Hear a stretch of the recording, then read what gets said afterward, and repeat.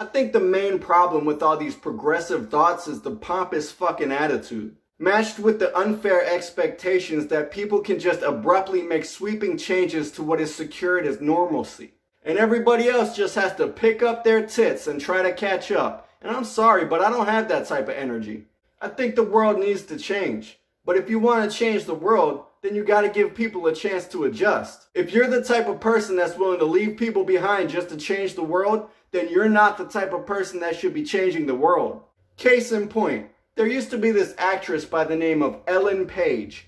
Ellen Page was a delightful little actress that was featured in a shit ton of really decent movies. I really enjoyed Ellen Page, but then Ellen Page transitioned into a man named Elliot Page, and that's where you start to lose me. Elliot Page ate Ellen Page, and I'm gonna need a minute to think about that. People are out here changing genders like they're fucking amphibians. Where's the grace period? I didn't know Ellen Page personally, but I knew of her. A person that I recognized is now another person. That's a big change. You see, when a person transitions, it's not just them that transitions. It's the world that has to transition to them. It's unnatural and irresponsible to just blindly accept change. That goes against our basic survival instincts. Think about it. When a person you know gets a haircut, even if you know them, it still takes a minute to recognize them. Even if you know them all your life, there's still something that feels awkward about it.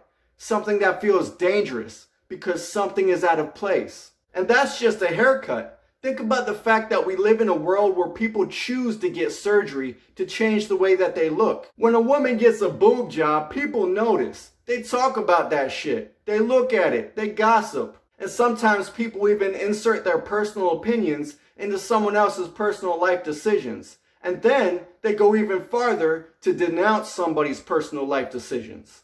It's all a part of the acceptance process, and that's okay, except for the last part. To denounce somebody else's personal life decisions is nothing more than the refusal of acceptance, which at the very least is unreasonable.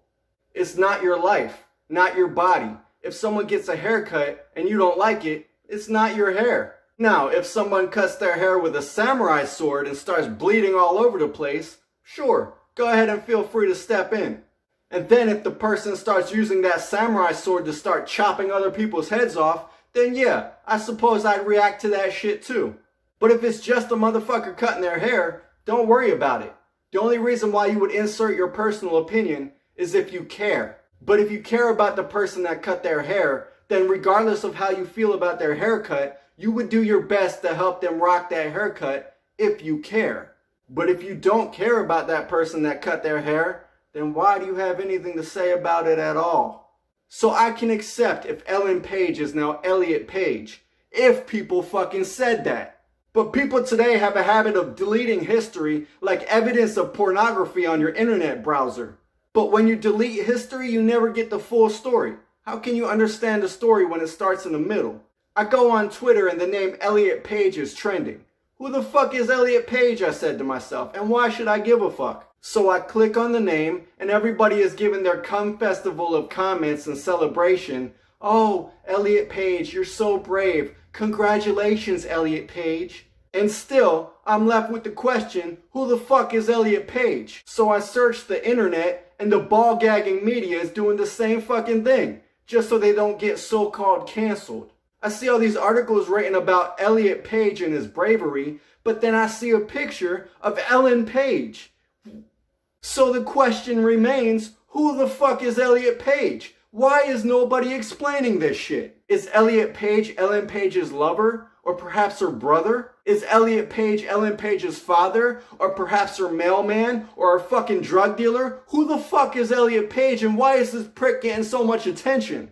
By the time I figured out that Elliot Page was Ellen Page, by the time I figured out that Einhorn is Finkel and Finkel is Einhorn, Finkel, Einhorn, Finkel, Einhorn. By that time, not only did I not give a fuck, but I was pissed off that I just wasted 10 minutes of my life reading about this cock, Elliot Page. That's about when it hit me that at no point did anybody just fucking say that Ellen Page transitioned into Elliot Page. Because in this modern society, It's a sin to remember. We do not speak the names of the past in fear of remembering such insensitivities. And that's where the anger comes from. Because like I said, I liked Ellen Page. And let's be honest, for a woman that paraded around in bow ties and flannel shirts for the last decade, this transition was not the greatest leap of imagination. So I was quite comfortable with this change of a human being. However, because you assholes annoyed me with your pussy-ass mental gymnastics that you make people jump through because you're too much of a coward to just fucking say that a chick is now a prick, because of that I say this. I sincerely hope that Elliot Page develops testicular cancer. I sincerely hope that Elliot Page's manly furry nutsack fills with poisonous venom and explodes with pus and urine. I sincerely hope that Elliot Page's long, meaty cock turns gray and falls the fuck off. With that said, let's all raise a glass to Elliot Page. Welcome to the club, asshole.